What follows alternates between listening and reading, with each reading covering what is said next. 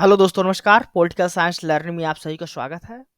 हम लोग UGC net political science के क्वेश्चंस पेपर को सॉल्व कर रहे हैं जो प्रीवियस ईयर्स में क्वेश्चंस आए हुए हैं। तो यहाँ पर हम लोग आज पॉलिटिकल प्रोसेस इंडिया के क्वेश्चंस करेंगे, पीवाईक्यूज करेंगे। ये हमारे वीडियो का पॉलिटिकल प्रोसेस इंडिया का पार्ट 5 है। पार्ट 1 से लेके पार्ट 4 तक की जो पॉलिटिकल प्रोसेस इंडिया के क्वेश्चंस है वो चैनल में अपलोड किए जा चुके हैं, उसको आप लोग जाके देख सकते हैं। तो आइए देखते हैं आज का पहला क्वेश्चन क्या है। इसमें आपको लिस्ट दी हुई है, दो लिस्ट दी हुई है। एक लिस्ट में आथर्स दिए हुए हैं और लिस्ट जो सेकंड है उसमें बुक्स दिए हुए हैं। आपको उनको करेक्टली मैच कराना है। तो पहला जो ऑप्शन है, ग्रेविन आस्टिन जो बुक लिखते हैं वो the Indian constitution corner store of a Nations book लिखते हैं, ठीक है। मोरिस जॉन्स के द्वारा जो बुक लिखी जाती है the government and politics of India लिखी जाती है। एमवी पाइले के द्वारा जो बुक लिखी जाती है कॉन्स्टिट्यूशनल गवर्नमेंट इन इंडिया लिखी जाती है। और आइवर जेनिंग्स जो बुक लिखते हैं वो सम कैरेक्टरिस्टिक ऑफ इंडियन कॉन्स्टिट्यूशंस लिखते हैं। तो यहाँ पर जो आपका करेक्ट आंसर होगा वो फर्स्ट नंबर ऑप्शन होगा, यानी कि ए का थर्ड, बी का फर्स्ट, सी का फोर और डी का सेकंड। तो डिटेल एक्सप्लेनेशंस के रूप में देख लेते हैं कि ये बुक कब से लिखी गई है। तो ग्रेविन आस्टिन जो बुक लिखते हैं the Indian constitution corner stone of nation लिखते हैं 1966 में। तो इसका यार ईयर जो है वो भी आप लोग याद रखिएगा, क्योंकि क्रोनोलॉजी में भी बुक पुस्तकों को पूछता है। फिर मोरिस जॉन्स जो बुक लिखते हैं government and politics of India लिखते हैं 1964 में। एमवी पाइले जो बुक लिखते हैं कॉन्स्टिट्यूशनल गवर्नमेंट इन इंडिया लिखते हैं 1960 में। आइवर जेनिंग बुक लिखते हैं some characteristic of Indian constitution जो 1952 में लिखते हैं। नेक्स्ट क्वेश्चन है आपका the term Sanskritization was coined by. जो टर्म संस्कृताइजेशन है ये किसके द्वारा क्वाइन किया गया था? तो ये एम एन श्रीनिवासन के द्वारा क्वाइन किया गया था। एम एन श्रीनिवास ने इस टर्म को क्वाइन किया था संस्कृताइजेशन को। ये टर्म इंस्टीट्यूट किया गया था प्रोफेसर एम एन श्रीनिवास के द्वारा, जो फेमस इंडियन सोशोलॉजिस्ट हैं, ठीक ना। ये टर्म जो उन्होंने अपनी बुक लिखा था religion and society among the को ऑर्गेनाइजेशंस ऑफ साउथ इंडिया, उसमें जो तो इस टर्म को संस्कृताइजेशंस को डिस्क्राइब किया था, जो इसको cultural mobility in the caste traditional caste structure of Indian society के रूप में ये देखते हैं। नेक्स्ट क्वेश्चन है the only tribal leader honoured by Parliament of India through the installation of his portrait in the museum in its museum. यानी इनमें से कौन सा केवल ट्राइबल लीडर्स है जिसको पार्लियामेंट ऑफ इंडिया ने उसके पोर्ट्रेट के उसके चित्र को म्यूजियम में अपने लगाया है, उसको ऑनर दिया है, सम्मान दिया है। तो ये बिरसा मुंडा है। तो बिरसा मुंडा केवल एकमात्र ऐसे ट्राइबल लीडर्स हैं जिनका जो तो पोर्ट्रेट जो है उनको इंडियन पार्लियामेंट के जो म्यूजियम्स है उसमें लगाया गया है उनके सम्मान में। नेक्स्ट क्वेश्चन है which of the following is incorrect with regard to plan holiday. तो प्लान हॉलीडे के लिए के कुछ स्टेटमेंट दिए हैं, उनमें से इनकरेक्ट आपको बताना है। जो असत्य कथन है, स्टेटमेंट है, उनको आपको पता करना है। तो पहला है these were the short term contingency plans. तो ये शॉर्ट टर्म कंटीजेंसी प्लान किया गया था प्लान हॉलीडे में, यानी एनुअल प्लान्स बनाए गए थे, एक एक साल के प्लान बनाए गए थे। तो ठीक है पहला statement. The period of these plans was 1966 to 1969। तो ये भी जो है तो सही है। इसका जो पीरियड था प्लान हॉलीडे का 1966 से 1969 तक के लिए तीन जो है तो छोटे एक एक ईयर के प्लान बनाए गए थे। फिर the reason for these plans were the war, inflation और ड्राट। तो वार, इन्फ्लेशन और ड्राट, इंडिया चाइना का युद्ध हुआ, इंडिया पाकिस्तान का युद्ध हुआ, इन्फ्लेशन भी बढ़ गए थे काफी ज्यादा, और इस समय 1965 में ड्राट भी आया था। तो इस वजह से ये भी प्लान हॉलीडे लाया गया था। फोर्थ स्टेटमेंट यहाँ पर जो है तो आपका इनकरेक्ट है। ये कहा गया है इसमें कि plan holiday were introduce due to the failure of all three preceding 5 years plan. तो सभी तीनों जो 5 ईयर प्लान थे वो फेल नहीं किए थे, बल्कि जो तीसरा 5 ईयर प्लान था वो अपने लक्ष्यों को नहीं प्राप्त कर सका था, वो उसके कारण जो है तो यहाँ पर मेंशंस हैं। तो जो थर्ड 5 ईयर प्लान था वो फेल्ड हो गया था, क्योंकि इंडो चाइना के बीच युद्ध हुआ था 1961-62, इंडो पाक वार हुआ था 1965-66 में, फेमाइन आया था 1965-66 में। इस वजह से थर्ड 5 ईयर प्लान फेल्ड होकर गया था, जिसके कारण एनुअल प्लान 3 लाए गए थे, जिसको शॉर्ट टर्म कंटीजेंसी प्लान्स के रूप में या हम लोग प्लान हॉलीडे के रूप में जानते हैं। नेक्स्ट क्वेश्चन है इसमें स्टेटमेंट है, आपको आइडेंटिफाई करना है कि ये स्टेटमेंट किसके द्वारा दिए गए हैं। द पुअर आर पुअर, गरीब गरीब नहीं होता, not because of what they do not have, इसलिए नहीं कि क्यों वह क्या नहीं कर सकता, but because of what they can not do, बल्कि इसलिए कि वह क्या नहीं कर सकता। ठीक ना। तो ये किसके द्वारा कहा गया है, तो ये जो तो स्टेटमेंट है ये अमर्त्य सेन के द्वारा कहा गया है। इन्होंने अपने जो कैपेबिलिटीज अप्रोच है उसको डिफाइन करते हुए ये स्टेटमेंट उन्होंने दिया था। तो अमर्त्य सेन अपने कैपेबिलिटीज अप्रोच में ये बात करते हैं। वो इंडियन इकोनॉमिस्ट हैं और फिलोसफर हैं, जो ये सब अपने ये कैपेबिलिटी अप्रोच देते हैं वो 90s 80s में देते हैं।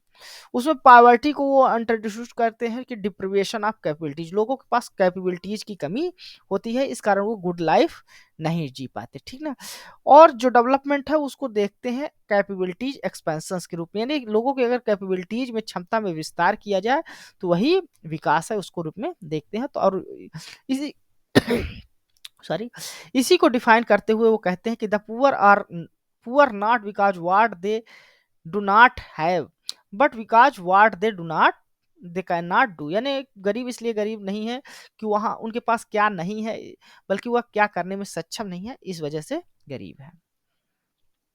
नेक्स्ट क्वेश्चन है, which of the following taxes are levied by the union but are collected and appropriated by the states. तो इनमें से कौन से ऐसे टैक्सेस हैं कि जो यूनियन के द्वारा लेविड किए जाते हैं, लगाए जाते हैं, लेकिन उसको कलेक्ट करने का और अप्रोप्रिएट करने का और डिस्ट्रीब्यूट करने का काम स्टेट्स का होता है। तो यहाँ पर जो आपके पहले और दूसरे टैक्स दिए हुए हैं, स्टाम्प ड्यूटीज और एक्साइज ड्यूटी ऑन मेडिकल और टॉयलेट मटेरियल्स, ये ऐसे टैक्स है जिसको यूनियन के द्वारा कलेक्ट किया जाता है और अप्रोप्रिएट और कलेक्टेड यूनियन के द्वारा लगाया जाता है, कलेक्टेड और अप्रोप्रिएट जो है तो स्टेट्स के द्वारा किया जाता है। तो यहाँ पर आपका ऑप्शन नंबर 1 जो है तो करेक्ट है, और ये मेंशन है आपके इंडियन कॉन्स्टिट्यूशन के आर्टिकल 268 में। नेक्स्ट क्वेश्चन देखते हैं, which of the following are the detrimental effect of the corruption on the development. तो यहाँ पर आपको बताना है कि कौन से ऐसे इफेक्ट्स हैं जिनका निगेटिव इफेक्ट पड़ता है, करप्शन का निगेटिव इफेक्ट पड़ता है डेवलपमेंट पे। तो पहले लोअर लेवल, पहला ऑप्शन है lower level of social services, तो इसके द्वारा जो है तो लोअर लेवल की सोशल सर्विसेज होती हैं, ठीक है, ये जो तो इफेक्ट होता है। लोअर इकोनॉमिक ग्रोथ होता है, इकोनॉमिक ग्रोथ रुक जाती है। हायर टैक्स बर्डन हो जाता है, फ्यूअर सर्विसेज मिलती है, ये भी सही है। और lower opportunities of for farmers to sell their product, तो ये सभी जो है तो इफेक्ट होते हैं करप्शन की वजह से। तो यहाँ पर चारों जो आपके ऑप्शंस दिए हुए हैं वो करेक्ट होंगे, यानी यहाँ पर आपका ऑप्शन नंबर 4 जो है तो सही होगा, ABCD स्टेटमेंट। ठीक, तो यहाँ पर चारों आपके स्टेटमेंट जो है तो यहाँ पर इफेक्ट है, डिटरमेंटल इफेक्ट है करप्शन के डेवलपमेंट पर। नेक्स्ट क्वेश्चन दिया हुआ है, क्वेश्चन है which one of the following is the nodal ministry for the human national human right commission. तो यहाँ पर नेशनल ह्यूमन राइट कमीशन यानी NHRC के बारे में कुछ स्टेटमेंट दिए हुए हैं, आपको बताना है कि यहाँ पर कौन नोडल एजेंसी है उनमें, है ना। नेशनल ह्यूमन राइट्स कमीशन की नोडल एजेंसी के रूप में कौन कार्य करता है, तो यहाँ पर जो मिनिस्ट्री ऑफ होम अफेयर्स है वो नोडल एजेंसी के रूप में कार्य करती है नेशनल ह्यूमन राइट कमीशन का। तो ठीक ना, तो नेशनल ह्यूमन राइट जो कमीशन है उसके नोडल एजेंसी के रूप में मिनिस्ट्री ऑफ होम अफेयर्स काम करती है, और ये एस्टैब्लिश हुआ था 12 अक्टूबर 1993 में। तो ईयर भी याद रखिएगा कि नेशनल ह्यूमन राइट कमीशन कब बना था, तो 1993 में बना था। नेक्स्ट क्वेश्चन है which one of the following is not a functions of political parties. यहाँ पर कुछ फंक्शंस दिए हुए हैं, आपको आइडेंटिफाई करना है कौन उसका फंक्शंस नहीं है। सोशलाइजेशन एंड रिक्रूटमेंट करने का काम होता है पॉलिटिकल पार्टीज का। इंटरेस्ट एग्रीगेशन जो होता है, हितों को एग्रीगेट करने का काम करता है, तो वो भी सही है। इंटरेस्ट आर्टिकुलेशन, जो हित होते हैं उनको आर्टिकुलेट करने का काम करते हैं, वो भी सही है। ये तीनों फंक्शंस जो है तो पॉलिटिकल पार्टीज के हैं। चौथा नंबर रूल एडजुकेशन जो दिया हुआ है, ये जो है तो नहीं है पॉलिटिकल पार्टीज के फंक्शन। रूल एडजुकेशन जो होता है ये कोर्ट का फंक्शंस होता है, ठीक ना। तो ये फंक्शन जो होता है किसका होता है, कोर्ट का होता है। बाकी सभी फंक्शंस यानी कि जो दिए हैं वो पॉलिटिकल पार्टीज के हैं। नेक्स्ट क्वेश्चन है which one of the following is incorrect statement. यहाँ पर आपको इनकरेक्ट स्टेटमेंट आइडेंटिफाई करना है। ग्लोबलाइजेशंस के बारे में कुछ स्टेटमेंट दी है। पहला है ग्लोबलाइजेशंस मीन इंटरनेशनलाइजेशंस ऑफ इकोनॉमी, जो हमारा अर्थव्यवस्था है उसका अंतरराष्ट्रीयकरण कर दिया जाता है ग्लोबलाइजेशंस के द्वारा, तो सही है। ग्लोबलाइजेशन के बारे में करेक्ट स्टेटमेंट है ये। Globalization give emphasis on market economy, तो मार्केट इकोनॉमी पर जोर देता है, तो ये भी सही है। Globalization give rise to international institutions to supervise economy, कुछ इंटरनेशनल इंस्टीट्यूशंस बनते हैं ग्लोबलाइजेशन के, जैसे IMF, वर्ल्ड बैंक जैसे, तो ये भी करेक्ट स्टेटमेंट है। Globalisation tends to perpetuate parochial culture, जो कल्चर होता है उसको संकीर्ण करने का काम करता है ग्लोबलाइजेशन, तो ये स्टेटमेंट आपका इनकरेक्ट है। तो यहाँ पर करेक्ट जो आंसर होगा वो आपका डी 4 नंबर ऑप्शन होगा, जो इनकरेक्ट स्टेटमेंट पूछा है तो वो चौथा पर, यहाँ पर चौथा जो कथन दिया है ग्लोबलाइजेशन के बारे में वो गलत दिया है, बल्कि ग्लोबलाइजेशन के बारे वजह से कल्चर जो है तो विस्तार होता है कल्चर का, ठीक ना। तो यहाँ पर 4th नंबर आपका ऑप्शन जो है तो इनकरेक्ट दिया हुआ था, ठीक ना, स्टेटमेंट ग्लोबलाइजेशन के बारे में। नेक्स्ट क्वेश्चन देख लेते हैं। Which of the following does not form the basis of difference between voluntary organizations and NGOs? तो यहाँ पर कुछ बेसिस दिए हुए हैं, आधार दिए हुए हैं, और बताना है इनमें से कौन सा जो है तो डिफरेंस वॉलंटरी ऑर्गेनाइजेशन और एनजीओ के बीच का डिफरेंस को नहीं बताता। तो फिलंथ्रॉफी होता है वॉलंटरी ऑर्गेनाइजेशंस का, ठीक है, उपकार के रूप परोपकार के रूप में काम करते हैं। मेंबरशिप होती है, फंडिंग होता है। ये तीनों जो तो बेसिस है डिफरेंसेस के। यहाँ पर जो 4th नंबर ऑप्शन है commitment to the secular and democratic ideas, ये जो है तो डिफरेंस नहीं बताता वॉलंटरी ऑर्गेनाइजेशन और एनजीओज के बारे में। तो यहाँ पर आपका जो करेक्ट आंसर होगा 4th नंबर होगा, ठीक ना। तो धन्यवाद दोस्तों, ये पॉलिटिकल प्रोसेस के प्रीवियस ईयर्स के क्वेश्चन थे। आपको वीडियो कैसा लगा आप अपने कमेंट्स के माध्यम से मुझे जरूर बताइएगा। साथ ही साथ आप हमारे इस वीडियो को लाइक कर दें, हमारे इस चैनल को सब्सक्राइब कर लें, ताकि जो इस तरह की वीडियोज हैं वो आपको मिल सके। धन्यवाद।